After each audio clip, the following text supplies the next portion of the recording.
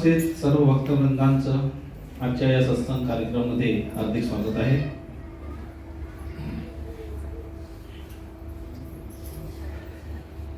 तर आपण एक विषयाला सुरुवात केली होती,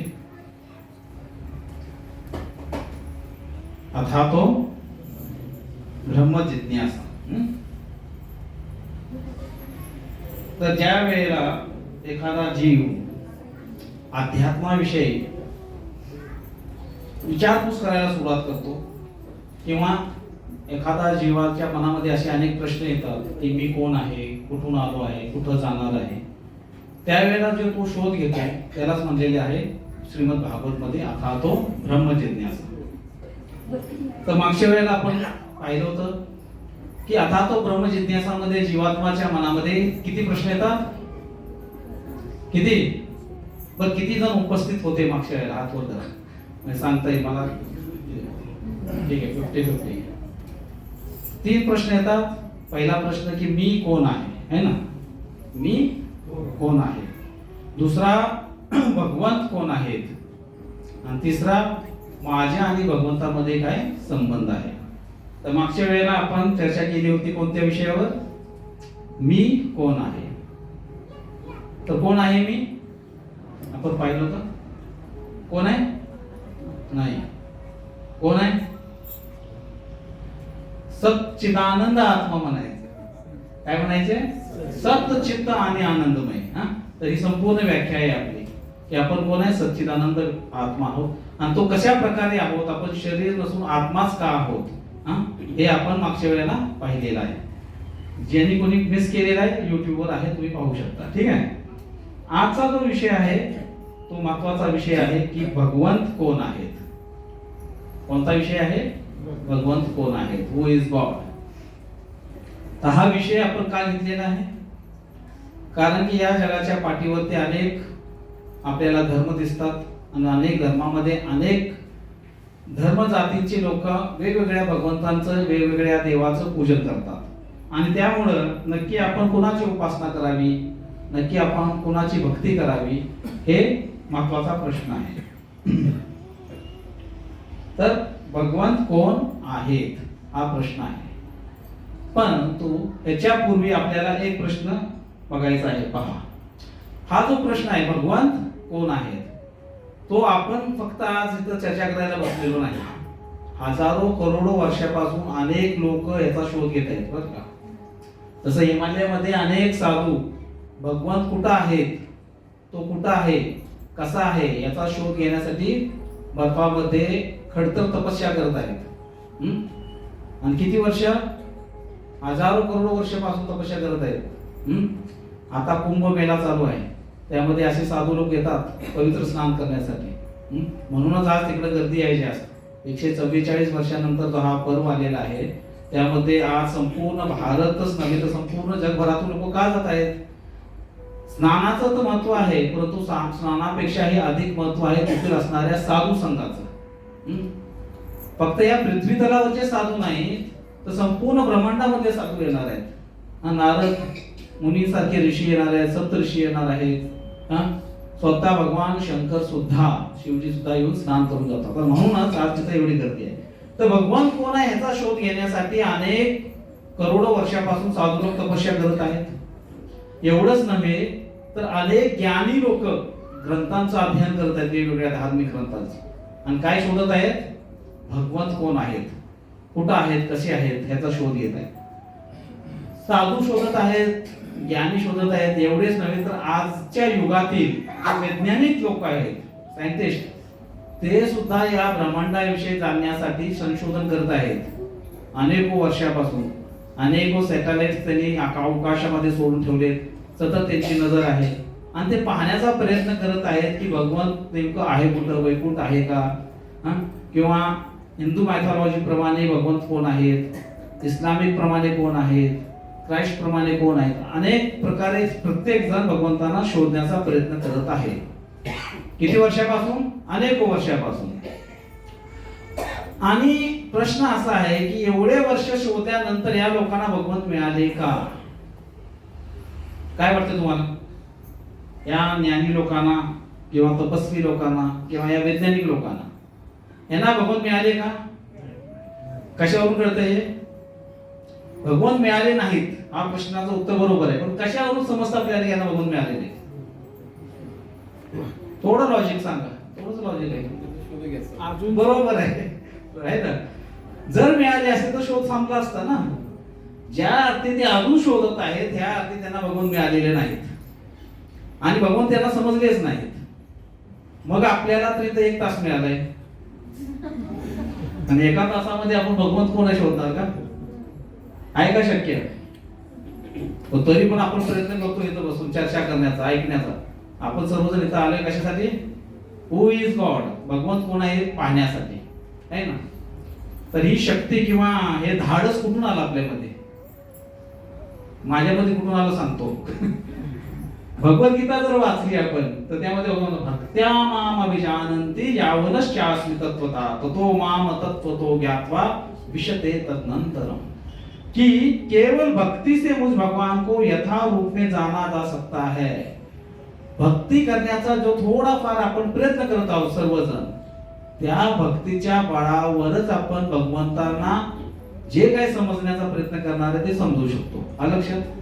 म्हणून भगवंतांनी भगवद्गीतेमध्ये आधीच सांगितलेलं आहे, मला केवळ भक्तच प्राप्त करू शकतो, भक्तच तत्वता जाणू शकतो आणि भक्तच मला मी जसा आहे तसा समजू शकतो.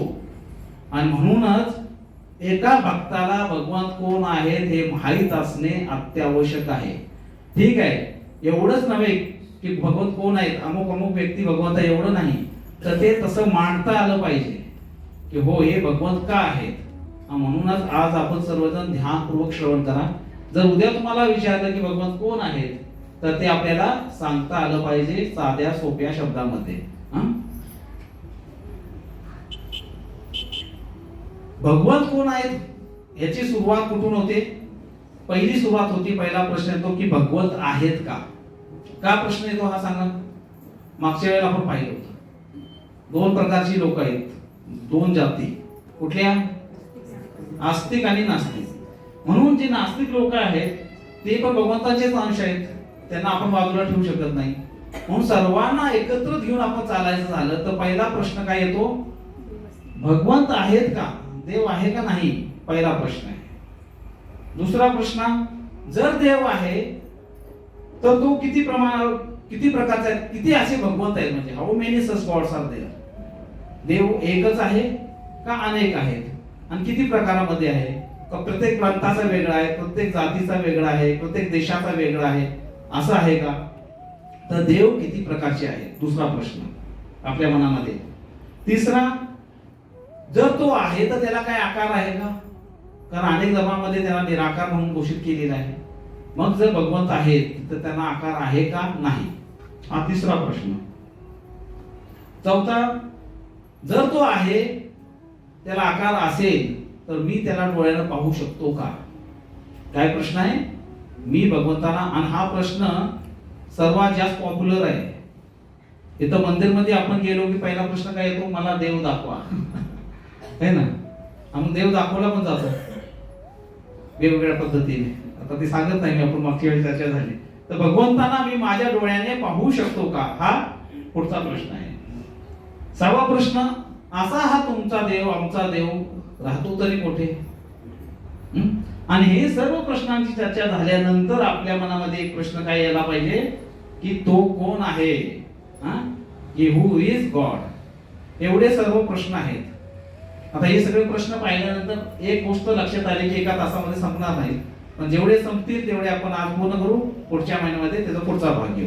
ठीक आहे? सर्वांची तयारी आहे का? झोपल्या नाहीत ना? भगवंतांना जाणायचे, साधी गोष्ट नाही. तर पहिला प्रश्न काय आहे? भगवंत अस्तित्वात आहेत का? काही सृष्टी अशीच निर्माण झाली. Does God exist? मागच्या वेळेला आपण काय पाहिलं? मी कोण आहे? मी कोण आहे सांगा? कोण आहे? सच्चिदानंद आत्मा. जर मी आत्मा आहे, मी कोण आहे? आत्मा आहे. एक लॉजिक द्वारे बघायचे आपल्याला. बघा, सोप्या सोप्या शब्दात, जर मी आत्मा आहे आणि माझं अस्तित्व आहे तर मग परमात्मा असला पाहिजे का नाही? असला पाहिजे. छोटस लॉजिक आहे. जर आत्मा आहे तर परमात्मा पण असायला हवा. दुसरं, संस्कृत मध्ये एक शब्द येतो ईश्वर. काय शब्द येतो? ईश्वर. या शब्दाचा अर्थ काय आहे? काय अर्थ आहे? नियंत्रक. नियंत्रक म्हणजे कंट्रोल करणारा, बरोबर. तर आपण पण छोटे मोठे ईश्वर आहोत. आहोत की नाही सांगा? कसं आहे आपण ईश्वर?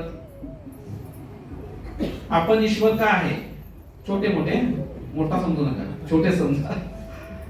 कारण आपणही नियंत्रण करतो. कुठं? घरामध्ये आपण ईश्वर आहे.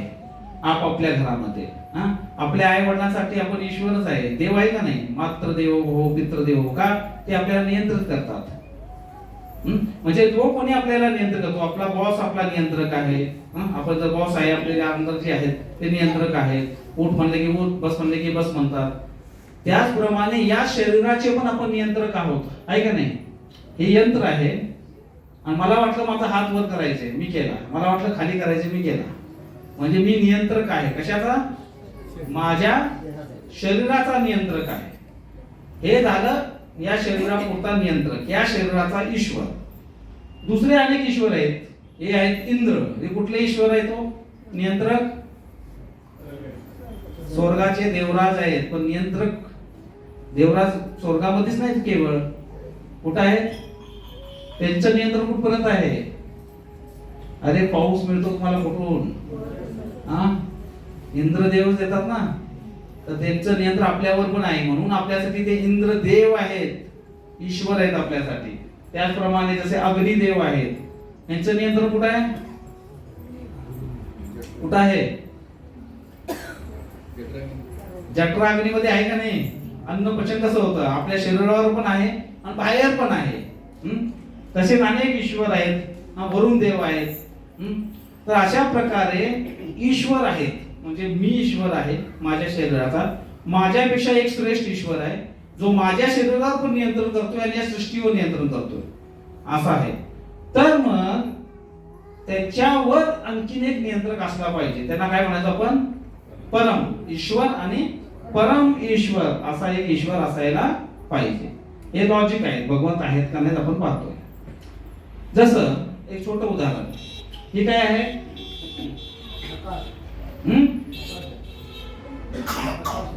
प्रकाश नाही, केवळ प्रकाश नाही. बाबा काय आहे ते आहे गॅलेक्सी. म्हणजे काय आहे? ग्रहमालिका. संत गतीने आपल्याला फिरताना दिसते, है ना? ही जी ग्रहमालिका आहे अवकाशात आहे, त्याचा भाग आपली पृथ्वी पण आहे. असे अनेक ग्रह अवकाशामध्ये अनेक अनंत काळापासून फिरत आहेत. फिरत आहेत का नाही? बर, हे कधी धडकलेत का एकमेकांना? त्यांनी आपली कक्षा सोडली का? कधी नाही सोडली. अफवा येतात मधून अजून, धूमकेतू आला, पृथ्वी नष्ट होणार, हॉलिवूड वाईट पिक्चर करतात त्याच्यावर, आहे ना? हे सगळं चालत राहतं. परंतु काय हे नष्ट झाले का? कधी नाही. म्हणजे हे काय आहे? क्रिएशन आहे ना? भगवंतानी काहीतरी बनवलेलं आहे, क्रिएशन आहे. काय आहे? ही क्रिएशन आहे. तर जर हे कोणी बनवलेलं आहे तर याला बनवणारा पण असला पाहिजे, है ना? जर क्रिएशन आहे तर क्रिएटर पण असला पाहिजे, है ना? जर कोणती वस्तू आहे, जर ही माईक आहे तर याला माईकला बनवणारा पण कोणी जर आहे म्हणून माईक आहे, का आपल्या बनवणारा नाही. आता तर असं आपण समजू शकतो की भगवंत आहे. तर जे वैज्ञानिक लोक आहेत पहा, त्यांचं असं म्हणणं आहे की ही जी पृथ्वी आहे ही कशी आहे? तर बिग बँग थेअरी म्हणून एक आहे. काय नाव आहे? आणि सगळ्यात जास्त पॉप्युलर आणि मान्यता प्राप्त थेअरी आहे. तर वैज्ञानिकांनी शोध घेतला, विज्ञानं, आणि ते म्हणतात की आपण 13.5 अब्ज बिलियन वर्ष आता पृथ्वीचं वय आहे. तर त्यांनी सांगितलं असं की पहिला एक अवकाशामध्ये बिंदू होता. काय होता? बिंदू होता, प्रकाश. जसा समोर दिसतोय ना एकदम टोकाला, त्याला म्हणते बिग बँग. हा प्रकाश एवढा गरम झाला, तावत गेला, तापमान वाढत गेलं. एवढा एका काळाला, एका टोकाला एवढा तो प्रकाश एवढा तापला म्हणतात की त्याचा बर्स्ट झाला ते. आणि त्यातून काय झाले? असे अनेक गॅलेक्सी म्हणजे ग्रहमालिका बाहेर आल्या. हे कोण म्हणते? सायंटिस्ट म्हणतात. आपलं वैदिक धर्म नाही सांगत हे. काय आलं, हे संपूर्ण गॅलेक्सी बाहेर आल्या. आणि मग ह्या गॅलेक्सी जेव्हा बाहेर आल्या त्यानंतर हे जो बिंदूतून या गॅलेक्सी बाहेर आल्या त्या थंड झाल्या. थंड झाल्यामुळे काय झालं, त्यांचं म्हणणं आहे की मॉलिक्युल्स तयार झाले, त्यातून जीवात्मा बाहेर येऊ लागले. मग एक अमिबा सारखा जीव आला. त्या अमिबाच्या जीवापासून मग थोडासा सरपटणारा प्राणी आला, वृक्षवल्ली आल्या, आणि यांच्यापासून मग असे वाढत वाढत उत्क्रांती होत गेली. नंतर मग म्हणतात की मानवाच्या आधी माकड आलं आणि माकडाची शेपटी गळून पडली आणि आपल्यासारखी माणसं तयार झाली. हे आहे सायंटिस्ट लोकांचं म्हणणं, माझं नाही, किंवा आपल्या विज्ञानाचं नाही. तर एका मिनिटामध्ये आपण पाहणार आहे की विज्ञान काय सांगतं. पहा, सर्वांनी ध्यानपूर्वक पहा.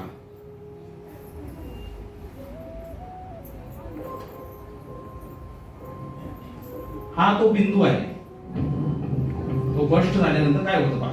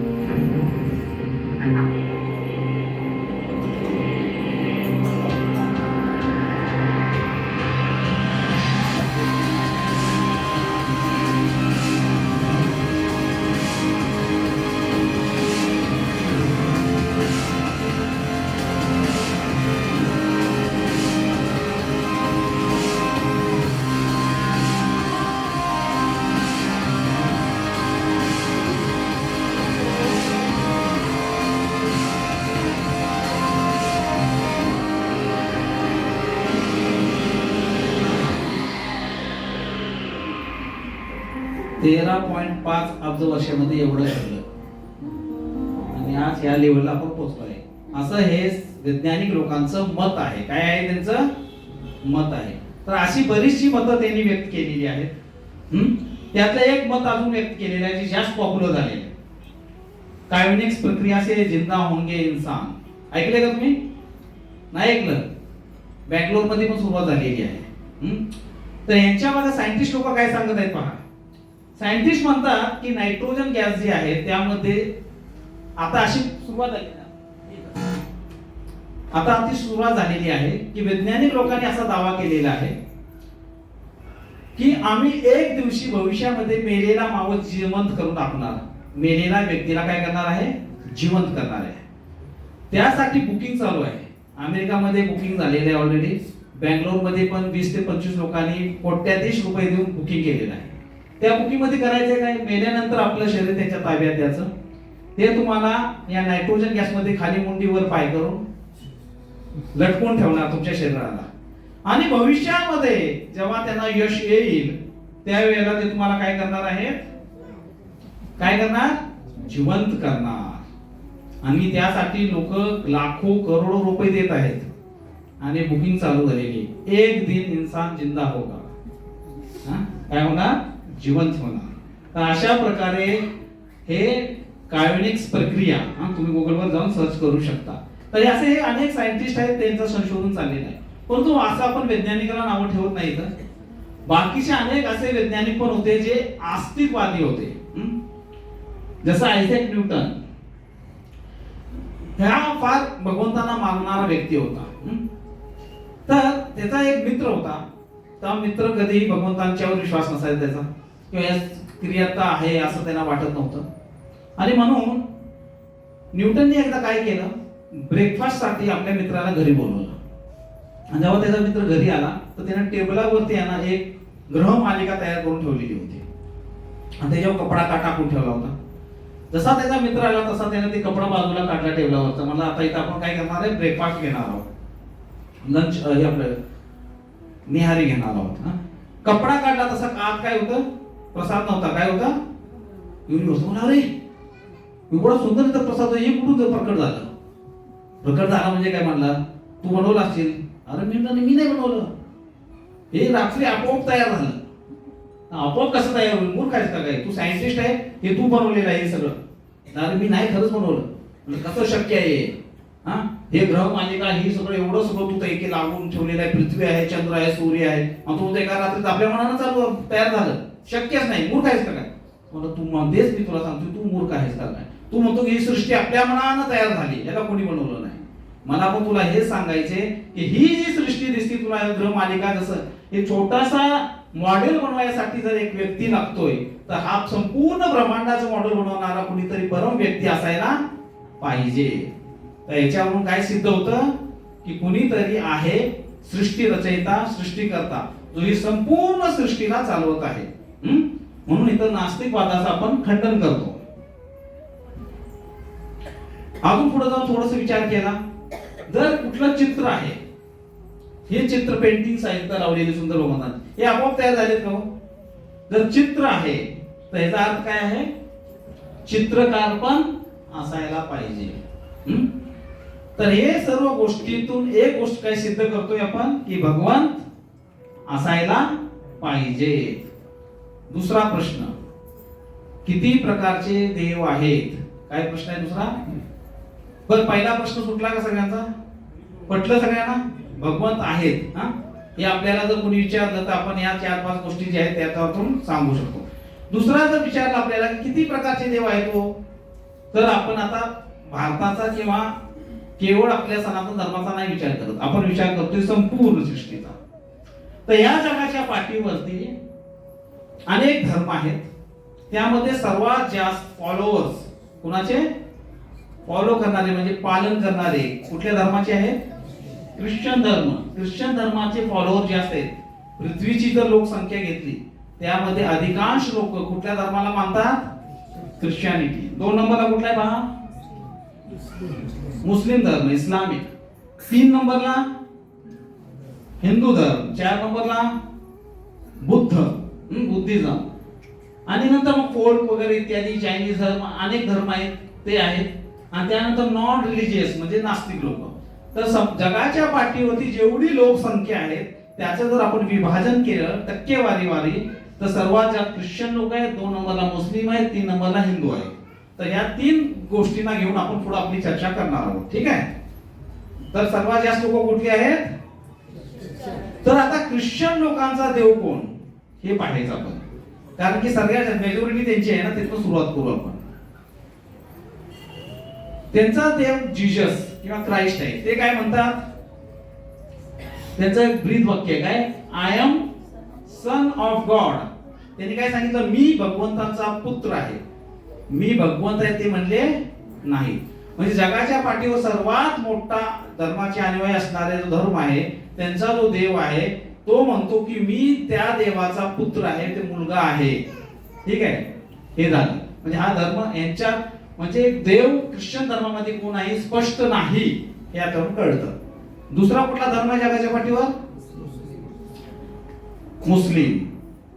त्यांचं असं काहीतरी आहे. काय लिहिले मध्ये? काय लिहिलं असेल? अल्लाह. तर त्यांचं म्हणणं आहे की अल्लाह आहे. अल्लाह म्हणजे काय हो? पहा काय म्हणतात ते. Who is Allah? Allah is the creator of the universe and all that exist. Allah या संपूर्ण ब्रह्मांडाचा रचनाकार आहे, आणि जे काय अस्तित्वात आहे ते सर्वाचा रचनाकार कोण आहे? अल्लाह आहे. बरोबर आहे, चुकीचं काही नाही बरं काय, अल्लाह आहे. दुसरं, Allah is the only true God. Allah खरा भगवंत आहे. अल्लाह कोण आहे? खरा भगवंत आहे. हे पण चुकीचं नाही बरं का, लक्षात ठेवा मी काय सांगतो. तिसरं, Allah has power over everything and he can do anything. अल्लाहकडे अशी शक्ती आहे की तो काहीही करू शकतो. बरोबर, याच्यामध्येही काही चूक नाही. प्रश्न एकच राहतो की अल्लाह कोण आहे? हे अल्लाहच्या संबंधित जी संबोधने आहेत ते 100% सत्य आहे, परंतु अल्लाह कोण आहे हे माहित नाही अजून, कारण आपण पुढे बघणार आहोत. आणि तिसरा नंबरचा कुठला आहे? कुठला धर्म म्हटलं होतं आपण? हिंदू. किती देवी देवता आहेत? आता या सर्व जंजालातून आपल्याला शोधायचे तो एक. सुप्रीम कोण आहे बरं का. जसं एक छोटं उदाहरण देतो. विधानसभा आहे किंवा राज्यसभा आहे, आता आपले इलेक्शन झाले, तर एक मंत्रिमंडळ स्थापन झालेलं आहे. त्यामध्ये एक प्रधानमंत्री आहे. कोण आहे? प्रधानमंत्री आहे. आणि नंतर बाकीचे कोण आहेत? मंत्री आहेत. तर आपल्याकडे एवढी सगळी जत्रा भरली आहे. ह्याच्यातून तो प्रधान कोण आहे तो आपल्याला माहित पाहिजे, है ना. तो माहित नसेल तर गोंधळ होणार. प्रधानमंत्री कोण आहे ते शोधायचं आहे. तर आता प्रश्न असा येतो मग की एकच देव आहे का एकाच देवानं अनेक रूप घेतली आहेत? प्रश्न काय आहे की देव एक आहे का एकाच देवानं अनेक रूप घेतली आहेत, हे आपल्याला पाहायचं आहे. म्हणजे आपल्याला समजेल की भगवंत कोण आहेत किंवा ते किती प्रकारचे आहेत. तिसरा प्रश्न, का त्या देवाला आकार आहे का? काय प्रश्न? कारण बघा, निराकारवाले भरपूर प्रमाणात आहेत, निर्विशेषवादी पण भरपूर आहेत. या जगाच्या पाठीवरती जर आपण पाहिलं तर जास्त करून लोक हीच आहेत, निराकारवादी. म्हणजे भगवंताना इव्हन कुठल्या बाकीच्या धर्मामध्ये पण त्यांना भगवंत माहित नाही. आता पुढे चर्चा होईल, त्यामध्ये पण आपण पाहतो की लोक म्हणतात की भगवंताना आकार नाही, हे मानणारेच लोक जास्त आहेत. पाहूया आपण आहे का तसं. बायबल काय म्हणतं पहा आता. काय सांगितलंय टेस्टिमनी 6.16 मध्ये, all cross references each other and all say that God the Father in this case I will get to this later. काय म्हणतात? has not been seen. भगवंतांना पाहता येत नाही, बायबल म्हणते बरं का. and cannot be seen. It doesn't directly say formless, but we interpret it that way as something that can't be seen would logically lack form. बघा काय लॉजिक लावलंय या बायबल मध्ये. जर आपण पाहू शकत नाही तर त्याला आकार नसणार आहे. जर पाहू शकत नाही तर त्याला आकार नसणार आहे. लॉजिक आहे का? मी सिंहाला कधी पाहिलं नाही, त्याला म्हणून आकारच नाही. होऊ शकतं का असं? मी पाहिलं नाही म्हणून त्याला आकार नाही असं आहे का? मग ते तसं म्हणतात. ते काय म्हणतात? जर लॉजिकली आपण पाहिलं नाही म्हणजे त्याला आकार नाही. काय म्हणजे बायबल मध्ये. आता हीच बायबल परत काय म्हणते पहा. हीच बायबल पुढे काय म्हणते पहा. पवित्र बायबलच्या श्लोक 26 आणि 27 मध्ये असे म्हटले आहे की देवाने सर्व मानवांना त्याच्या प्रतिमेप्रमाणेच निर्माण केले आहे. त्याच्यासारखंच मानवाला निर्माण केले, जो पृथ्वीवरील सर्व प्राणी मात्रापेक्षा श्रेष्ठ आहे. आणि ज्याने मनुष्याची सृष्टी आपल्या स्त्री पुरुष स्वरूपात निर्माण केली आहे. यावरून हे सिद्ध होते की देव वास्तविक आहे आणि मनुष्य दृश्य आहे, निराकार नाही. एकाच बायबल मध्ये एकदा त्याला निराकार सांगितलं, एकदा त्याला आकार साकार सांगितलं. बरोबर. म्हणजे बायबल मध्ये किंवा ख्रिश्चॅनिटी मध्ये हे स्पष्ट नाही की देवाला आकार आहे का नाही. एकीकडे तो नाही पण म्हणतो, एकीकडे तो आहे पण म्हणतो. ठीक आहे. आता दुसरा धर्म कुठला सांगितला होता आपण पाहूया काय म्हणतात. ले से कमबख्त शहा उसके जैसा कुछ भी नहीं. आता या आयात मध्ये काय म्हणले, कुरान मध्ये काय सांगितले पहा. इस आयात में स्पष्ट रूप से कहा गया है कि अल्लाह जैसा कुछ भी नहीं है. बरोबर. तर ते म्हणतात अल्लाह सारखा कोणी नाही, जिसका अर्थ है कि किसी भी प्रकार की आकृति की कल्पना करना असंभव है जो किसी विशेष स्थान पर स्थित हो, घूम रही हो और स्थान ले रही हो. तर ते म्हणतात काय की कुठल्याही प्रकारच्या आकृतीची कल्पना करणं शक्य नाही. म्हणजे अल्लाहला आपण जर पाहू शकत नाही तर त्याची आकार कसा असेल, त्याची स्थिती कशी असेल आपल्याला ओळखता येत नाही. म्हणून अल्लाहला रूप नाही. काय म्हणतात ते? अल्लाहला रूप नाही. आता हेच कुराण पुढे काय म्हणतं पहा. कुराण सूरा अल Farooqui 25:59 God sat on his throne which proves that God must be in form. काय म्हणले? आम्ही अल्लाहला पाहिलेला आहे जो सिंहासनावर बसलेला आहे. आणि जर तो सिंहासनावर बसलेला आहे तर त्याला आकार आहे. झालं का नाही परत गोंधळ? म्हणजे इकडं म्हणतात नाही, इकडं म्हणतात हो, परत इकडं म्हणतात नाही, इकडं म्हणतात हो. म्हणजे गोंधळलेले लोक आहेत. तर एक सुंदर उदाहरण सांगतो, गोष्ट सांगतो तुम्हाला. आता थोडस गोष्ट सांगितली पाहिजे, तर्क झाली आहे ना. आमचे एक सिनियर संन्यासी आहेत, श्री प्रभुपादांचे वरिष्ठ भक्त. त्यांचं नाव आहे राधा गोविंद स्वामी. हे राधा गोविंद स्वामी एकदा कुवेत मध्ये गेले होते. कुठे? कुवेत मध्ये प्रचार कर. अरेबियन कंट्री, मुस्लिम कंट्रीज आहेत. आणि एअरपोर्टवर बसले होते.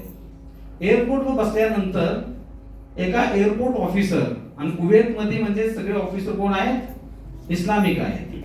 त्यानं पाहिलं की या भारतीय वंशाचा संन्यासी आहे, त्यांना बोलवलं इकडे या म्हणून. महाराज म्हणजे मी थोडा घाबरतच गेलो, म्हणतो कुवेतचा ऑफिसर आहे, कुठं कस्टम ड्युटी लावून काय करेल सांगता येत नाही. हा, तर मी गेल्यानंतर ते म्हणले की तुम्ही हिंदू संन्यासी आहात का? म्हणले हो. म्हणजे तुम्ही दगडाची देव म्हणून पूजा करता, खरं आहे का? महाराज म्हणले नाही, आम्ही दगडाची देव म्हणून पूजा नाही करत, आम्ही दगडात असणाऱ्या देवाची पूजा करतो. आता तो जरा गोंधळा, म्हटलं हे काय प्रकार आहे? दगडात असणाऱ्या देवाची पूजा करतो म्हणजे काय? म्हणून त्याला थोडं आश्चर्य वाटलं. आणि मग पुढे त्यांची आणखी चर्चा चालू झाली. आणि तेव्हा महाराजांनी त्यांना विचारलं, तुमच्या कुराणमध्ये असं सांगितलेलं आहे की अल्लाह ह्याचा हा एका सिंहासनावर बसला आहे. हो, त्याचा रंग निळ्या रंगाचा आहे, त्याच्या हातामध्ये बासुरी आहे आणि त्याच्या आजूबाजूला त्याचे पार्षद आहेत. आणि या कुराणमध्ये वर्णन आहे बरं का असं, अल्लाहचा रंग कुठचा आहे? निळ्या रंगाचा आहे, हातामध्ये बासुरी आहे. म्हणलं हो खरं आहे.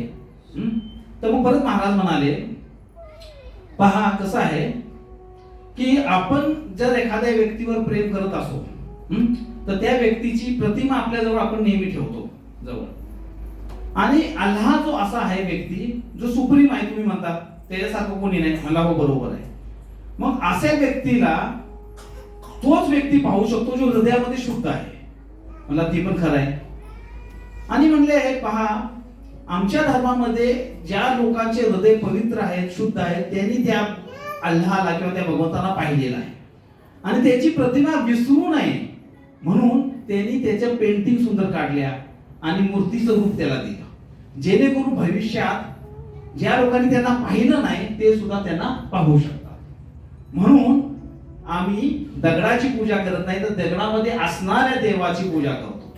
त्याला फार आश्चर्य वाटलं की काय वेगळं उत्तर दिलं. त्याने पहिल्यांदा ऐकलं होतं. आणि त्या वेळात एक अलार्म झाला, बरोबर 1 वाजला होता. आणि कशाची वेळ झाली?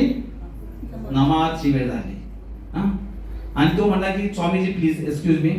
त्यांनी चटई बाहेर काढली आणि नमाज पढायला सुरुवात केली. आणि तो एकटाच नव्हे, संपूर्ण एअरपोर्ट नमाज पाडत होतं. तर एक सुंदरता आहे त्या धर्मामध्ये, धर्माप्रती असणारी आस्था ती आपण घेतली पाहिजे. आपण कधी एकत्रित येत नाही असे धार्मिक कार्यासाठी हिंदू समाज आहे ना, तर हा कुंभ जो आहे ना तो एक आस्थेचा प्रतीक आहे म्हणून. कारण की आज त्या आस्थेसाठी करोडो कोट्यावधी लोक तिथं एकत्रित येत आहेत. तर मग महाराज म्हणले की तोपर्यंत मी जप करायला सुरुवात केली. त्याची नमाज झाल्यानंतर तो पुन्हा आला आणि या वेळेला महाराजांनी सुरुवात केली प्रश्न विचारायला. म्हणले तुम्ही आता जी प्रार्थना केली, तुम्हाला विश्वास आहे का की अल्लाहनं ती ऐकली? त्याला एकदम झटका लागला. म्हणला ऑफकोर्स, अल्लाह आमची प्रार्थना ऐकतो. जसं तो म्हणाला, जसं मी बोलतोय तुम्ही ऐकताय, तसं आम्ही जेव्हा प्रार्थना करतो अल्लाह आमची प्रार्थना ऐकतो. महाराज म्हणाले ह्याचा अर्थ तुमच्या अल्लाहला कान आहेत, कारण मी कानाद्वारे तुमच्या अल्लाहची, तुम्ही जी बोलताय ती मी कानाद्वारे ऐकतोय. आणि तुमची जी प्रार्थना आहे ते अल्लाह ऐकतात, म्हणजे त्यांना कान असले पाहिजेत. मग त्यांना जर कान आहेत आणि ते ऐकतात तर त्यांना बोलता पण आलं पाहिजे. हो, तो थोडा गोंधळला बरं का. म्हणजे तुमच्या अल्लाहला जीभ आहे, तोंड पण आहे. हो आहे. मग म्हणले जर तुमच्या अल्लाहकडे डोळे आहेत, कान आहेत, जीभ आहे, तर त्यांच्याकडे डोळे असले पाहिजे. जर तुम्ही संकटामध्ये आहे, त्रासलेले आहात, त्यावेळेला अल्लाह तुमच्याकडे पाहत नाही का? हो, तुम्हाला पाहणार ना, म्हणजे त्याच्याकडे डोळे पण आहेत. जर त्याकडे कान आहेत, जिव्हा आहेत, डोळे आहेत, याचा अर्थ त्याला आकार आहे. आणि हे उत्तर ऐकल्यानंतर त्या कुवेतचा जो ऑफिसर होता, अधिकारी, त्याला एवढा आनंद झाला. तो म्हणला एवढं सुंदर आणि सिंपल, साधं, एवढं सुंदर इथे मला आजपर्यंत कोणी सांगितलं नव्हतं. आणि एक अनाउन्समेंट झाली की प्लेन निघणार आहेत म्हणून त्यांनी विचारलं की वेळ किती झाला. तर तो कुवेतचा अधिकारी म्हणला तुमच्याकडे घड्याळ नाही? म्हणला नाही, माझ्याकडे घड्याळ नाही. धावत गेला बाहेर शॉपमध्ये, घड्याळ विकत घेऊन आला, महाराजांना भेट दिली. तर किती सुंदररित्या महाराजांनी त्या इस्लामिक ऑफिसरला हे दाखवून दिलं, पटवून दिलं की देवाला काय आहे, आकार आहे. साधी गोष्ट आहे पहा, ज्या व्यक्तीनं एवढ्या 84 लाख योनींना आकार दिला, किती 84 लक्ष योनींना आकार दिला, तो निराकार असू शकतो का? ज्यानं सर्वांना आकार दिला तो निराकार असणे म्हणणे म्हणजे भगवंतांना अपशब्द बोलण्याप्रमाणे. म्हणून भगवंतांना कधी आपण निराकार म्हणायचं नाही. याच्या आम्ही पुढे जाऊन आणखीन जर पाहिलं, हे खाली जे आहे ते तुम्ही सगळे आहे बरं का, मी नाही, तुम्ही सगळे आहे. ठीक आहे, चला. तर तो जो मी आहे आणि ते माझे आई वडील आहेत, तर माझ्यासारखा आकार माझ्या आईला आहे, वडिलांना आहे. त्यांच्या वडील आहेत, त्यांच्या आई वडिलांना पण त्यांच्यासारखा आकार आहे. त्यांचे आई वडील आहेत, त्यांच्या पण आई वडिलांना त्यांच्या सारखा आकार आहे. जर असा आपण शोध घेत गेलो तर ह्याचा अर्थ कळतो की जो मूळ आहे, ज्यानं सर्वांना निर्माण केलं, तोला आपण आकार असला पाहिजे का नाही? किती जणांना वाटतं की आकार असला पाहिजे? आता सगळ्यांना वाटतंय भगवान निराकार आहेत का? बिलकुल नाही. याच्यावर स्पष्ट होतंय है ना. तर ह्या लॉजिक वरून हे क्लिअर होतं की भगवान निराकार नाहीत. माझा प्रश्न आहे आता, मग त्यांना निर्गुण निराकार का म्हणतात सांगा. आता तुम्ही सगळ्यांनी आतमध्ये गेलं होतं, ठीक आहे, डोळ्याने दिसत नाही म्हणून त्याला, हा ते तर झालं, ते अल्लाह कुराण मध्ये सांगितलं तुम्ही उत्तर, ठीक आहे, त्या हिशोबाने बरोबर आहे. ज्याला आपण पाहू शकत नाही त्याला आकार नाही. पण आपल्या वेदांमध्ये पण भगवंतांना निर्गुण निराकार म्हणले. आता बायबल सोडून द्या, कुराण पण सोडा, वेदांमध्ये भगवंतांना निर्गुण निराकार म्हणले. भगवंत निर्गुणाच्या पलीकडे आहे. हा बरोबर. आपल्यासारखं म्हणजे आपलं कसं मृत शरीर आहे तसं त्यांचं शरीर नाही, मृत होणार वगैरे, शाश्वत शरीर, त्यांचं शाश्वत सच्चिदानंद शरीर आहे. तर माताने सुंदर उत्तर दिलेलं आहे पहा. हा, 3 गुणांच्या पलीकडे. यस, प्रभूजीने पण सुंदर सांगितलं उत्तर. हा, हेच आहे उत्तर. निर्गुण, हु इज बियॉन्ड त्रिगुणा. भगवान निर्गुण का आहेत? कारण भगवान त्रिगुणाचे अतीत आहे. आपण सर्व गुण मध्ये आपण 3 गुणाने बांधले गेलो आहोत. माहिती आहे कुठले गुण आहेत आपण बांधले गेलोय? या 3 गुणामध्ये आपण बांधले गेलो, म्हणून आपण या त्रिगुणाच्या अधीन आहोत. परंतु भगवंत या त्रिगुणाच्या पलीकडे असल्यामुळे त्यांना निर्गुण म्हणतात. पहिलं कारण.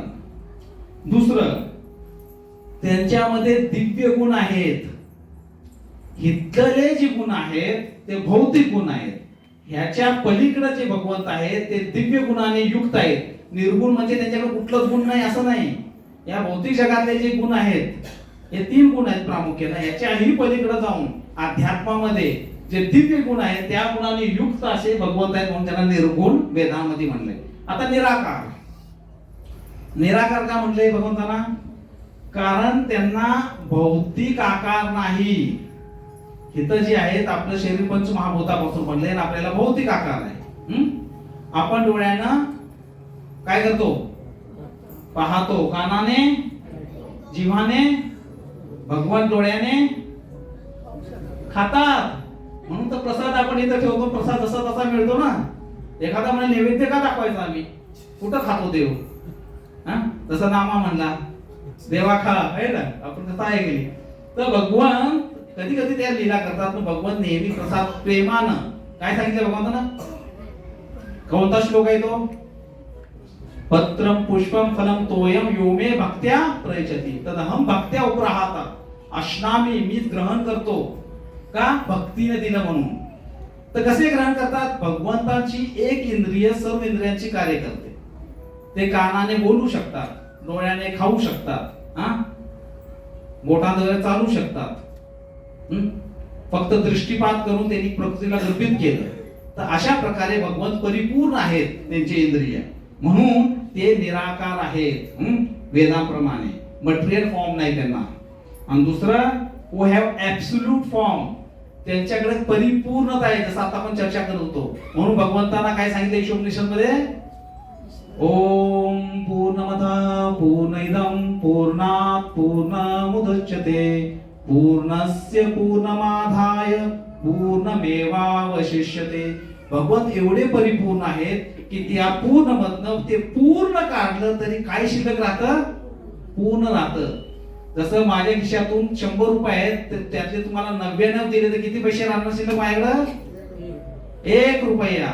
भगवंतांच्याकडून तुम्ही 99 रुपये घेतले तर किती राहतील शिल्लक 100 रुपये मधून? 100. झालं का लक्षात? सगळे 100 घेतलं तरी 100च राहणार. याला म्हणतात परिपूर्ण.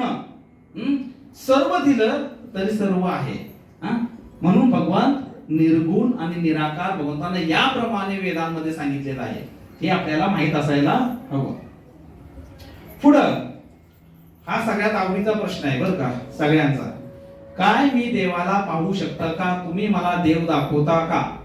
मी जर तुमच्या मंदिरमध्ये आले तर मला देव दाखवणार का? आणि जो म्हणतो मी तुम्हाला देव दाखवतो त्याच्याकडे गर्दी अपाट होती. बघायचंय का देव असा? किती जणांनी पाहिला? ठीक आहे, आता याच्या पुढे लॉजिक लावतात मग निराकारवाले. जी लोक इथं पुण्यवान आहेत त्यांनाच फक्त देव दिसत. बघा दिसला का? सगळे पापी बसले होते. मग असं म्हणल्यानंतर सगळे हात करतात, मी नाही पापी, पुण्यवान आहे. मग एका मागे एक मेंढर कशी चक्कर मारतात त्याप्रमाणे सगळे हात वर करतात. मग भगवंत बघायचे आपल्याला. तर प्रश्न आहे, मी भगवंतांना पाहू शकतो का? ठीक आहे, सगळे ऐकताय ना ध्यानपूर्वक? आता ऐका, माझा प्रश्नाचं उत्तर द्या. आपण भारताचे जे प्रेसिडेंट आहेत त्यांना पाहू शकतो का? सांगा. पाहू शकतो आहे का नाही? तर उद्या किती जण जाणार आहेत भेटायला त्यांना? पाहू शकता म्हणला की तुम्ही? नाही, भाषण करताना नाही, तसं नाही. भाषण करताना वगैरे नाही, डायरेक्ट जाऊन त्यांना समोरासमोर पाहायचे असं. तर किती जण जाणार आहेत उद्या? नाही. बस जाऊ शकतो आपण. कसं हो? त्याला काय लागते? काय लागते? योग्यता. म्हणजे काय क्वालिफिकेशन? आपल्याकडे एक काहीतरी शिफारस पत्र असलं पाहिजे. ते आपण घेऊन प्रेसिडेंटची अपॉइंटमेंट घेतली पाहिजे. मग प्रेसिडेंट म्हणाल ठीक आहे, उद्या सकाळी 10 वाजता तुम्ही मला येऊन भेटा. आणि मग अपॉइंटमेंट मिळाल्यानंतर आपण समोरासमोर प्रेसिडेंटला पाहू शकतो. बरोबर आहे? 100% पाहू शकतो का? सांगा. तुमच्याकडे अपॉइंटमेंट लेटर आहे, शिफारस पत्र मिळालेलं आहे आणि प्रेसिडेंटनं तुम्हाला सांगितलेले हो मला भेटायचं आहे, पत्राद्वारे सांगितलेले भेटलेले, अपॉइंटमेंट फिक्स झालेली आहे. म्हणजे 100% भेटू शकतो का? किती जणांचं म्हणणं आहे हो? सांगा. मला घाबरायचं नाही उत्तर द्यायला बरं का. इथली काय तुमचं नाही म्हणणं आहे? सगळ्यांनी हात वर करायचे, मला बघायचे किती जणांचा विश्वास आहे. 100% भेटू शकतो का? शिफारस पत्र मिळालं सांगा. येस, सगळ्यात महत्वाचं हे आहे. प्रेसिडेंट म्हणले की शिफारस पत्र आहे सगळे, मला नाही भेटायचं, तुला चल पळ. शिफारस पत्र दिलं असेल ते राजे आहे, स्वरा नाहीत. माझी नाही इच्छा भेटायची आज, माझी इच्छाच नाही भेटायची. काय करणार तुम्ही सांगा? शिफारस पत्र दिलं, सगळं दिलं, पण ते म्हणले मला भेटायचं नाही. किंवा त्यांना काहीतरी काम लागलं ते निघून गेले, किंवा ते म्हणले मला नाही यायला, एंटरटेनच करायचं नाही व्यक्तीला. तुम्ही जबरदस्ती करू शकता का? का नाही करू शकत? आणि ते त्या पदावर आहेत, प्रधान आहेत. त्यांना पाहण्यासाठी आपल्याकडे ती योग्यता नाही, आपण त्यांच्या एवढे नाही. म्हणून आपण चॅलेंज करू शकतो, देव तुला मला बघायचे, तू ये इथं. करू शकतो का? नाही. दुसरं प्रश्नाची उत्तर द्यायची तर समजणार. आपण हिमालय पाहू शकतो का? इथं बसू ना, नाही तर तुम्ही मला आम्ही तिकडे जाऊ ना का? दुसरा प्रश्न, का नाही पाहू शकत? उत्तर सोपं आहे. मुलांना सांगा, हिमालय पाहू शकतो का आपण इथं बसून? का नाही पाहू शकत? का? लांब आहे. सोपं उत्तर आहे. हिमालय तू खूप लांब आहे म्हणून पाहू शकत नाही. सोपे उत्तर देत नाही तुम्ही. दुसरा प्रश्न, आता उत्तर पाहिजे मला. आपण आपल्या डोळ्याच्या पापण्या पाहू शकतो का? हो का नाही? का हो? नाही, अशात नाही बघायचं, असं विचारतो. सांगा का नाही पाहू शकत? सांगा लवकर. ते डोळ्यांच्या वर आहे. दिसत आपल्या बाबतीत आपल्याला दिसत नाही. का? नजरेच्या वर आहे. वर असू दे की, पण खाली पण आहे. दोन पापणे आहेत आपल्याला, वर आहे खाली आहे, पण का पाहू शकत नाही? इंद्रिय अपूर्ण आहे. नाही का पाहू शकत नाही सांगा? खूप जवळ आहेत. किती जवळ आहेत? अति जवळ आहेत. मग हिमालय पाहू शकत नाही कारण की अति लांब आहे. पापण्या पाहू शकत नाही कारण अति. पटलं सगळ्यांना? पटलं ना? आता पुढचा प्रश्न आहे, चंद्रमा जवळ आहे का चायना जवळ आहे? हा? चायना जवळ आहे. बरं, त्याला पुढचा प्रश्न, आपण चायना पाहू शकतो का चंद्र पाहू शकतो? चंद्र तर लांब आहे की. आता तुम्ही म्हणला की काय उत्तर चुकीची देत आहे बरं का सगळे. कोण जवळ आहे? चंद्र कुठं जवळ आहे? चंद्र लांब आहे. चायना जवळ आहे का चंद्र जवळ आहे? चायना जवळ आहे. आणि आता आपण चर्चा केली की ती जर लांब आहे आणि ती जवळ आहे म्हणून बघू शकत. तर हा गोंधळ का होतोय सांगा बरं? कारण आपल्यामध्ये 4 त्रुटी आहेत, दोष आहेत. किती दोष आहेत आपल्यामध्ये? आता हे समजून घ्या. इथून पुढे हे सगळ्यात महत्वाचं आहे, हे समजलं पाहिजे. काय पहिला दोष आहे? आपल्यामधला सर्वात मोठा प्रथम दोष आहे, आपण चुका करतो. ह्या जगामध्ये असा एकही व्यक्ती नाही ज्यानं चूक केली नाही. तुमच्यापैकी आहे का कोणी एक पण चूक न केली? सगळ्यांनी चुका केल्यात, मान्य आहे? म्हणजे आपल्यामध्ये तो एक दोष आहे. दुसरा दोष, आपले इंद्रिय अपूर्ण आहेत. मान्य आहे का? आताच बघितलं आपण आहे ना, रोजी सांगितलं होतं सुरुवातीलाच, पण आपण होल्डवर ठेवलं त्यात. आपले इंद्रिय अपूर्ण आहे. तिसरा, दुसऱ्यांना फसवण्याची वृत्ती आहे. असा जगामध्ये एकही व्यक्ती, या मुलांपैकी पण कोणी नसणार आहे ज्याने फसवलं नसणार. ही मुलं सुद्धा फसवतात आई वडिलांना. विचारा त्यांना, गुपचुपीत जाऊन चॉकलेट खाऊन येतात, मग मी नाही खाल्लं आहे ना. लहान मुलांची प्रवृत्ती. म्हणून तर कन्हैया पण म्हणले, मैया मोरी मैं नहीं माखन खायो. मग भगवंतानी कसं फसवलं पहा, मैया मोरी मैं नहीं माखन खायो. दोन्ही उत्तर दिले. कशी दिली हो? मैं नहीं माखन खायो आणि नंतर म्हणतात मैं नहीं माखन खायो, मीच माखन खायो. तर भगवंताकडून आली आहे वृत्ती. तर आपल्या सर्वजण फसवतो, फसवण्याची वृत्ती आहे. आणि आपण भ्रमित होतो का नाही? दोरीला पाहून म्हणतो की साप आला, भ्रम निर्माण होतो. तर ह्या 4 दोष आहेत. आणि हे 4 दोष घेतल्यानंतर आपण या जगातील साध्या साध्या गोष्टींना ओळखू शकत नाही. मग त्या परम भगवंतांना पाहण्याची इच्छा करणारे आपण, किंवा तो दिसत नाही म्हणून त्याचं अस्तित्वच नाही असे म्हणणारे आपण, निश्चितच काय आहे? महामूर्ख आहे का नाही? तो दिसत नाही म्हणून तो नाही असं जर आपण म्हणत असो तर नक्कीपणे आपल्या बुद्धीला काय लागलेलं आहे? काय लागले? जोरात म्हणा. एक सुंदर उदाहरण पहा. आता आपल्याला भगवंतांना पाहायचे, बरोबर आहे का नाही? पाहायची तर इच्छा सर्वांची आहे. कारण त्या भगवंतांनी आपल्याला एवढं सर्व काय दिलेलं आहे. तो कोण व्यक्ती आहे, कुठं असतो, कसा आहे, हे जाणून घेण्यासाठी तर आपण इथं आलो आहोत. म्हणून त्या भगवंतांना समजण्यासाठी आपण कसं पुढे अग्रसर व्हायचं? तर असं सांगतात, हे काय आहे हो? काय आहे? कुठं दिसतंय? टनेल आहे. अजून काय आहे?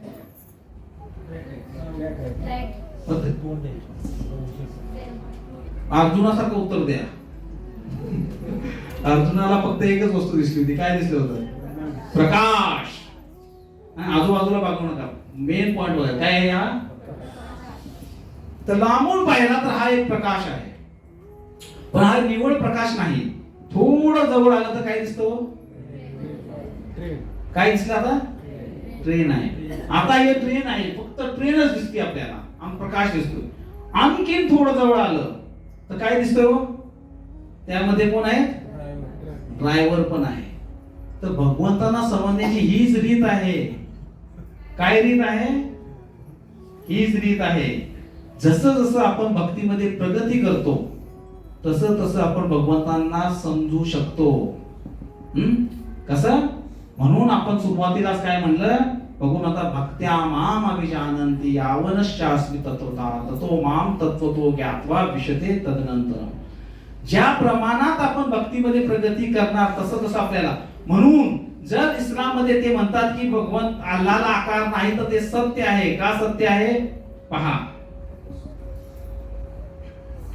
या श्लोकाप्रमाणे काय सांगतात की भगवंतांचं आपल्याला साक्षात्कार 3 प्रकार होते. कसे? Realisation of God in 3 ways. ब्रह्मेति, परमात्मेति, भगवान इति. ब्रह्म, ज्या लोकांनी थोडी प्रगती केलेली आहे त्यांचा साक्षात्कार त्या ट्रेनच्या प्रकाशाप्रमाणे आहे. तो पूर्ण आहे का? प्रकाश आहे, ते फक्त प्रकाश म्हणजे ब्रह्म.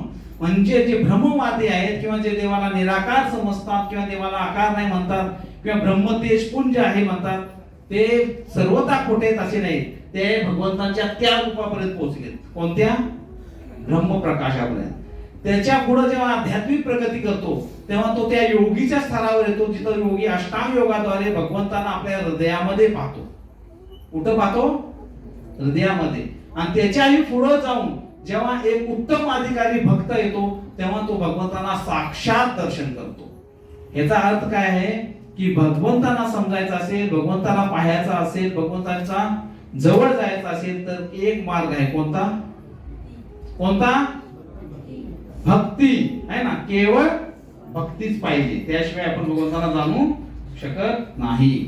तर आपण एक शब्द वापरतोय सारखा सारखा, काय हो? गॉड. तर तो भगवंत कोण आहे आपल्याला शोधायचे. कुठला? तो. तर God God God, who is God? God God सर्वांनी मिळून गॉड सांगितले.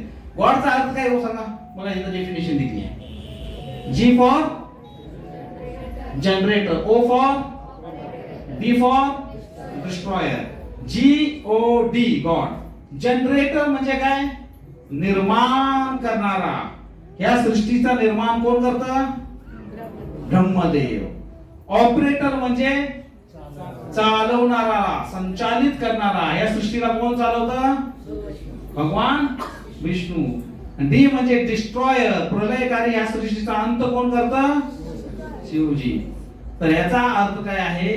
गॉड म्हणजे ब्रह्मा विष्णू महेश. कोण आहे? महेश. तर गॉड म्हणजे काय? ब्रह्मा विष्णू महेश. म्हणजे आता अल्लाहला बाजूला ठेवलं आपण, क्राइस्टला बाजूला ठेवलं, बाकी सगळं बाजूला ठेवलेत. आपण पुढे आलोय. कुठपर्यंत आलोय आता? यांना काय म्हणतात? काय म्हणतात? त्रिदेव. तर या त्रिदेवांपैकीच एक प्रधानमंत्री असला पाहिजे. बरोबर का? ख्रिश्चॅनिटी बाजूला गेली का? त्यांच्या आपण बाजूला सारलं. इस्लाम बाजूला सारला का? गेलं. आता हिंदुझम मध्ये आपण आलेलो आहे. त्यामध्ये आपण काय पाहतोय? गॉड. गॉड म्हणजे कोण? ब्रह्मा विष्णू महेश. परंतु अजून एक शंका आहे. दुसरा एक असतो देवी गॉड, म्हणजे देवी देवता. बर का? देवी देवता म्हणजे कोण? देवी गॉड म्हणजे देवी देवता म्हणजे उपदेवता. त्रिदेव हे प्रमुख देवता आहेत. कोण आहेत? प्रमुख. आणि त्यांच्या खाली आहेत देवी देवता. ते किती आहेत? 33 कोटी आहेत. आता बऱ्याच ठिकाणी मग लोक म्हणतात की हे खोटा आहे, मिथ्या आहे, असं काही नसतं, एवढे देवता आहेत का? तसं नाही. पहा, वृंदावन मध्ये जेव्हा सनातन गोस्वामी चक्लेश्वर महादेव येथे तपस्या करत होते, ग्रंथ लिहित होते, भजन कुटीर होती त्यांची, आणि ते करत असताना एक दिवशी काय झालं, तिथं मच्छरांचा त्रास होऊ लागला. भरपूर मच्छर यायचे, त्यांना त्रास द्यायचे, त्यांची साधना व्यवस्थित होत नव्हती. म्हणून सनातन गोस्वामी म्हणजे इथं जे षड गोस्वामी आहेत का नाही, त्याच्यातले पहिले सनातन गोस्वामी. तर त्यांनी ठरवलं की आता आपण ही जागा सोडायची. कुठं होते ते? चक्लेश्वर महादेवांच्या मंदिरमध्ये. आणि जसं त्यांनी सोडायचं ठरवलं त्या दिवशी रात्री साक्षात भगवान शिव तिथं प्रकट झाले. म्हणजे हे गोस्वामी, मला तुमचा एवढा दिव्य संघ मिळतो येतं. शिवजी कोण आहेत? वैष्णवान यथा शंभो. तर ते म्हणजे तुम्ही इथून जाऊ नका. म्हणजे अहो, मच्छरांचा त्रास होतोय, मला जायला पाहिजे. मच्छरांचा त्रास होतोय, शेवटीने डमरू वाजला डुमडुम आणि मच्छरांची देवता प्रकट झाले. कुणाची देवता? म्हणजे तुमची ही प्रजाती उद्यापासून दिसली नाही पाहिजे इथं. त्या सगळ्यांना सांग, गेट आउट फ्रॉम हिअर. ते म्हणले हो. दुसऱ्या दिवशी मच्छर गायब. आजही तिथं मच्छर नाहीत. आजही आपण गेलो ना, चक्लेश महादेवता परिसरामध्ये मच्छर दिसत नाहीत, कारण शंभूजीने ऑर्डर दिली त्यावेळेला.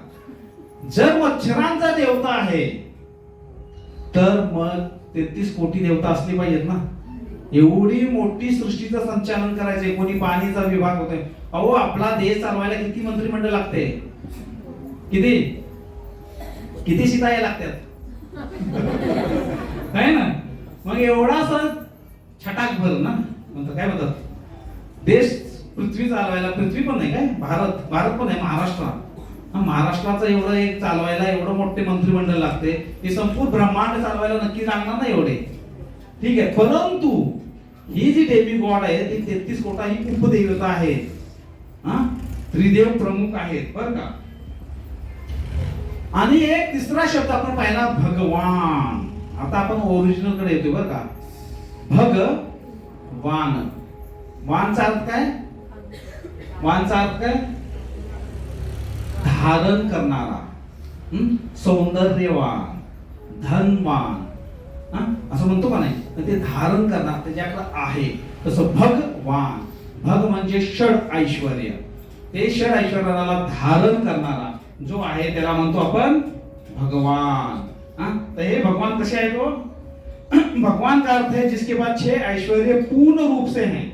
सर्व धन, सर्व शक्ति, सर्व प्रशंसा, प्रसिद्धी, सर्व ज्ञान, सर्व सौंदर्य, सर्व त्याग म्हणजे वैराग्य. तर हे 6 ऐश्वर्य, ह्या 6 गोष्टी अशा आहेत ज्याच्याकडे असतील त्याच्याकडे लोक आकर्षित होतात का नाही. जसं इथे एखादा चांगला 6 पॅक्स वाला बॉडी बिल्डर आला, शक्तिमान, लोक बघणार का नाही सगळ्याकडे ओरडून, अरे कोण आहे, किती शक्तिमान आहे. एक बुद्धिमान व्यक्ती येऊन बसता येतं, तर त्याकडे आपण आकर्षित होतो. सौंदर्यवान कोण आलं, आपण आकर्षित होतो. अंबानी, अदानीला पाहायला कुंभमेळ्यामध्ये गर्दी झाली, सगळी सेल्फी घेत बसले ते ना. आणि ती कोण मुलगी प्रसिद्ध झाली आहे. तर कुंभ राहिला बाजूला, बिचारीच्या मागे लागले सगळे. कुंभचा हेतूच विसरून गेले. तर ही का असं होतं? कारण जीवाची प्रवृत्ती आहे की तो आकर्षित होतो ह्या गोष्टीकडे. अल्पशा प्रमाणात असलं तरी, अतिप्रसिद्ध असेल आकर्षित होतो. संन्यासी व्यक्ती आला, वैरागी आहे, आपण आकर्षित होतो. तर भगवान या शब्दाचा अर्थ की हे जे ऐश्वर्य आहेत, ह्या सर्व ऐश्वर्य ज्याच्याकडं कशा प्रकारे आहेत, पूर्ण, ओम पूर्ण मध्ये म्हणतात, तो भगवान आहे. म्हणजे तो किती आकर्षक असला पाहिजे, किती आकर्षक असला पाहिजे. तर अशाला भगवान म्हणलं जातं. तर गॉड, डेमी गॉड आणि भगवान याच्यातील खरा भगवान कोण किंवा खरे भगवंत कोण आहेत? आता हे त्रिदेव आहेत, देवी देवता आपण पाहिलेले आहेत. हे सर्व जर आपण पाहिल्यानंतर आता पुढच्या वेळेला आपण काय पाहणार आहोत की सुप्रीम पर्सनॅलिटी कोण आहे आणि महत्वाचं म्हणजे का आहे. तर पुढच्या क्लासमध्ये, कारण आता वेळ झालेली आहे, आपण ह्याचा जो दुसरा भाग आहे त्यामध्ये काय पाहणार आहे की या तिन्हीमध्ये काय फरक आहे आणि या त्रिदेवांपैकी कोण भगवान आहे का, आहे तर तो कोण आहे, आणि जरी देवी देवता ह्यापैकी कोणी भगवान आहे का, नाही तर का नाही. काय पाहणार आहे? 33 कोटी देवी देवता आहेत, त्यापैकी कोणी सुप्रीम आहे का, आहे तर का आहे आणि नाही तर का नाही. त्रिदेव पैकी कोणी भगवान आहे का, आहे तर का आहे आणि नाही तर का नाही. हे कधी पाहणार आहे आपण? पुढच्या वेळेला. तर उजळणी काय काय पाहिलं आज आपण? भगवंत आहेत का, पहिला प्रश्न. आहेत का नाहीत? आहेत, आपण पाहिलं. दुसरा प्रश्न काय होता? अरे बोला. बर ठीक आहे, भगवंताला पाहू शकतो का, है ना, पाहू शकतो का? हो का नाही? हो ना असा आवाज येतोय. हो का नाही? हो, त्याची रीत आहे काय? भक्ती. आणखीन एक प्रश्न होता काय? तिसरा प्रश्न अजून काय? आकार आहे का? बरोबर आहे का नाही? आहे आहे. वेदांमध्ये पण सांगितलं भगवान निराकार आहेत, निर्गुण आहेत. ते पण आपण पाहिलं कसं. आणखीन एक प्रश्न राहिला कोणता? का झाले सगळे प्रश्न? एक प्रश्न राहिला की सृष्टीची निर्मिती. नाही, प्रश्न काय होता? अजून एक प्रश्न राहिला, ते आकार मध्ये आता डस गॉड एक्झिस्ट पहिला होता. किती प्रकारचे भगवंत आहेत हा प्रश्न राहिला आहे ना. तर आपण पाहिलं की भगवंत एक आहे का अनेक प्रकारांमध्ये विभाजित आहे.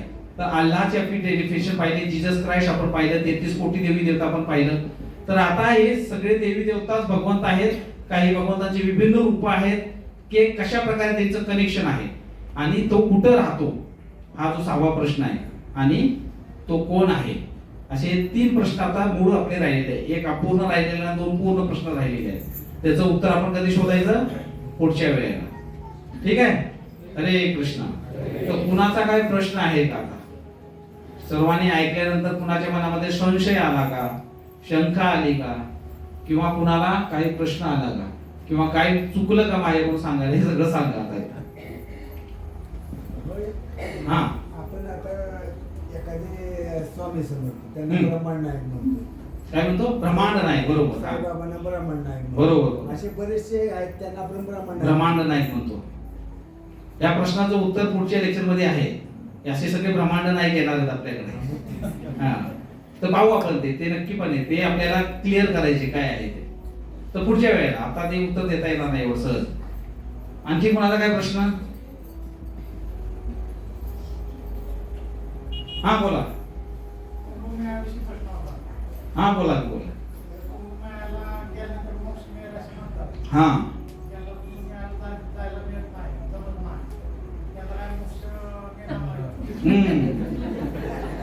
तर प्रश्न आहे, जे कुंभला जातील त्यांना मोक्ष मिळेल आणि जे जाणार नाही ते ना मोक्ष मिळणार नाही.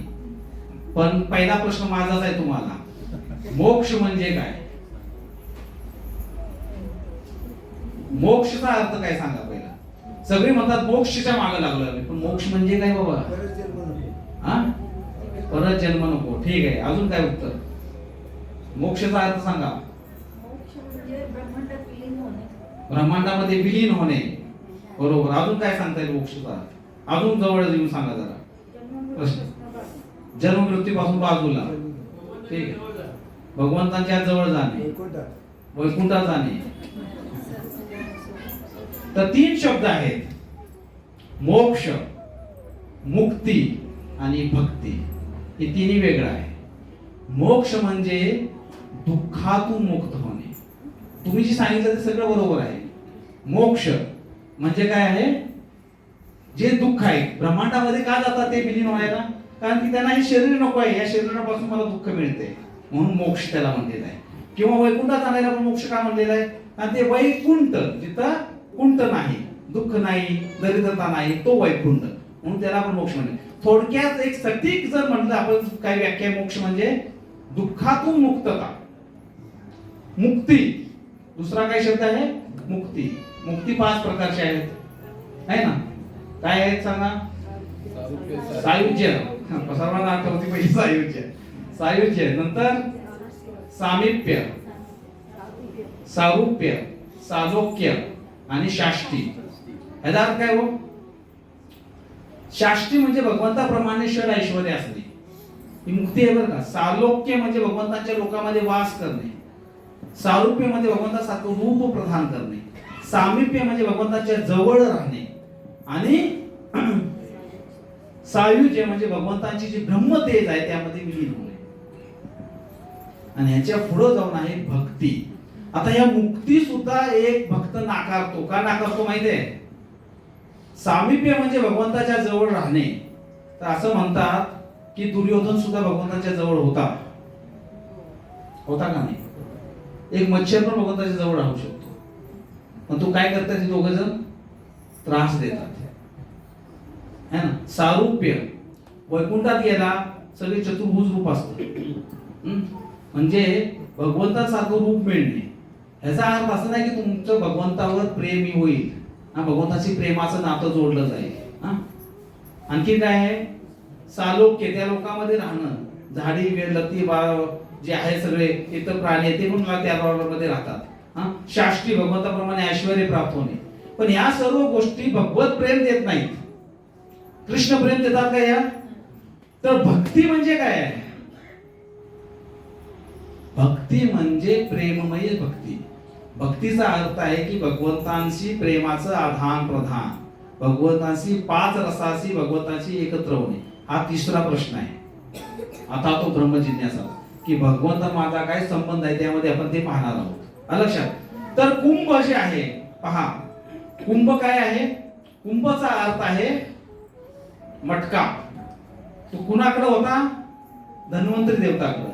ती कधी घेऊन आले? समुद्र मंथन. समुद्र मंथन का झालं? कोणी सांगू शकतं का? समुद्र मंथनचा अर्थ काय?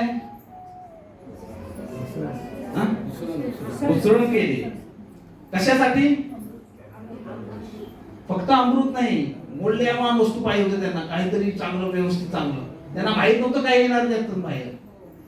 चांगलं आणि वाईट, सगळ्यात पहिलं वाईटच आलं बाहेर मंथन केल्यावर. काय आलं? कुठलं होतं ते? हलाहल. शिवजीने धारण केलं, नीलकंठ झाले ते, है ना. तर हिथं जी चाललेलं असतं ना आपल्या कार्यक्रमामध्ये, ते कुंभचाच प्रतीक आहे. कारण इथं विचारांचं मंथन होतं, है ना. आणि विचारांचं मंथन होत असताना इथं आल्यानंतर जर आपल्या मनामधले जे वाईट विचार असतात सुरुवातीच्या काळामध्ये ते बाहेर येतात. मंथन करत राहायचं. कधीपर्यंत करायचे? अमृत मिळेपर्यंत. अमृत म्हणजे काय? ते कृष्ण प्रेम मिळेपर्यंत. तर खरं कुंभ तर हेच आहे हो, की आपण इथं ज्ञानाचं, भगवद्गीताचं, नामाचं मंथन करायचं आणि त्या अमृताची प्राप्ती करायची. तो जो कुंभ आहे त्या कुंभामध्ये 144 वर्षानंतर का? कारण की 12 वर्षानंतर जे कुंभ येतात, असे 12 जर केले तर आपण 144 वर्षानंतर हा महाकुंभ येतो. आणि या महाकुंभामध्ये एवढं महत्व का? कारण अमृताचे 4 थेंब पडले, 1 2 3 4 ठिकाणी, आणि ते स्थान पवित्र झालं. पण याला एक मोठं स्वरूप का?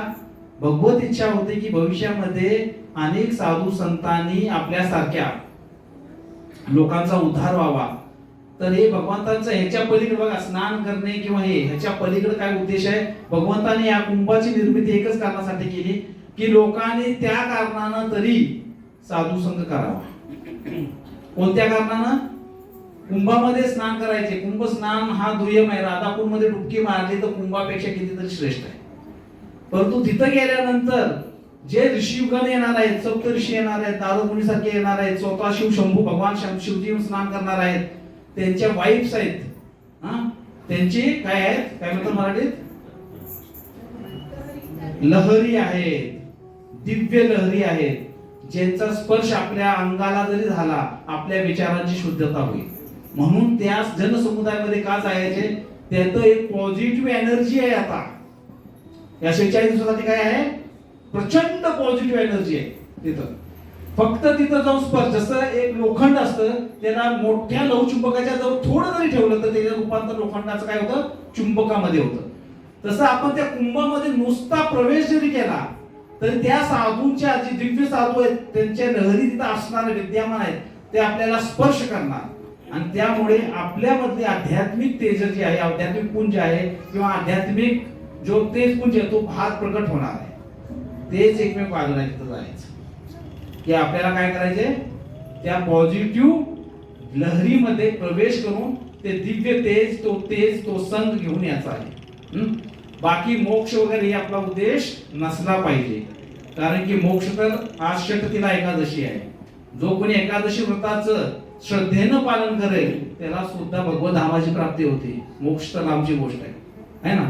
आज तिलयुक्त स्नान केलं, तिलाचं दान दिलं, प्रत्येक एकादशीचं 100% पालन केलं तर सहजरित्या भगवत प्राप्ती होते. कारण एकादशी भगवंताला अत्यंत प्रिय आहे.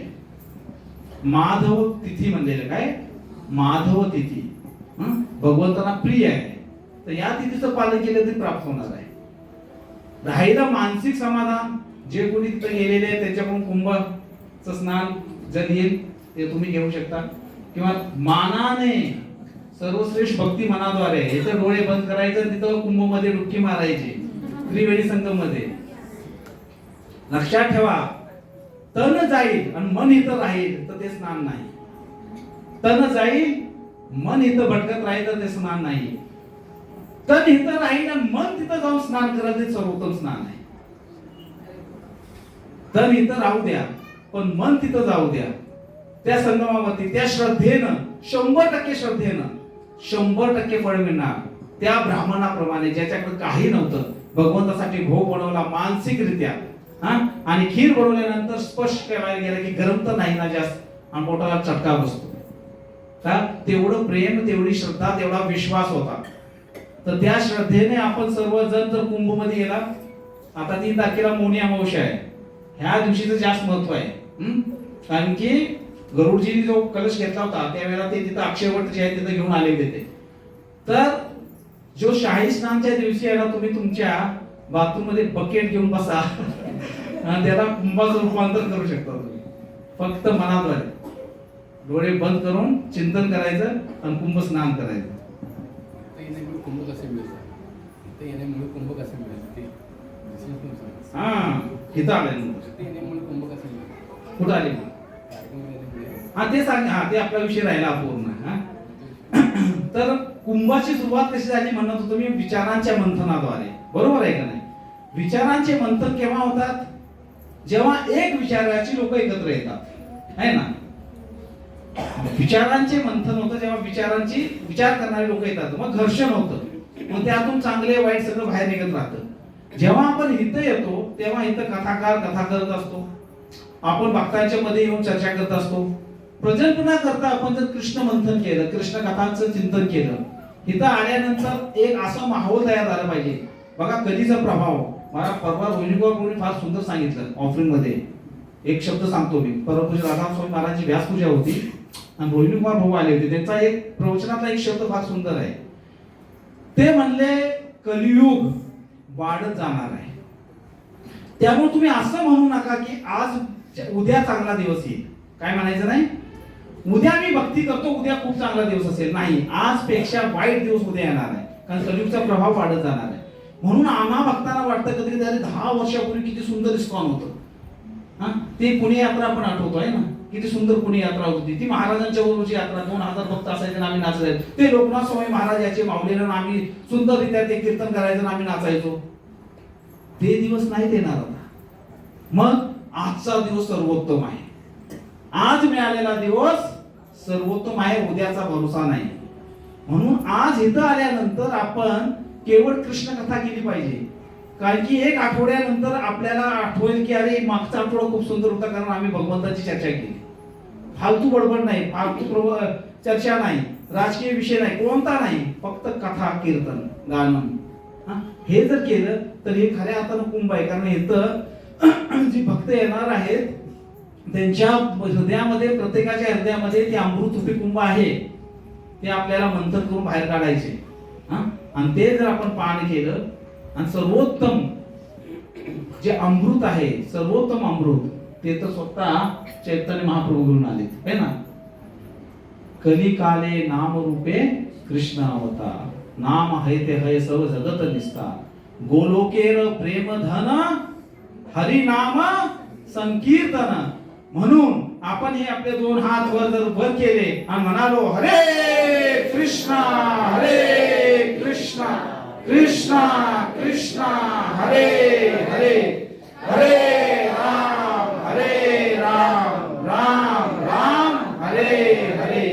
चेतो दर्पण मार्जनम भव महादावाग्नि निर्वापनम, श्रेय कैरव चंद्रिका वितरणम, विद्या वधू जीवनम, आनंदाम बुद्धिवर्धनम, प्रतिपदाम पूर्ण अमृत स्नानम. तो अमृताचा जो स्नान आहे तो या महामंत्रामध्येच आहे. वर्षा आहे, वर्षा कशाची? नामाची वर्षा. त्या स्नानामध्ये खऱ्या अर्थानं स्नान केलं पाहिजे. मग तुम्ही खऱ्या अर्थानं कुंभ नहाला है ना. ठीक आहे. श्रील प्रभुपाद की जय.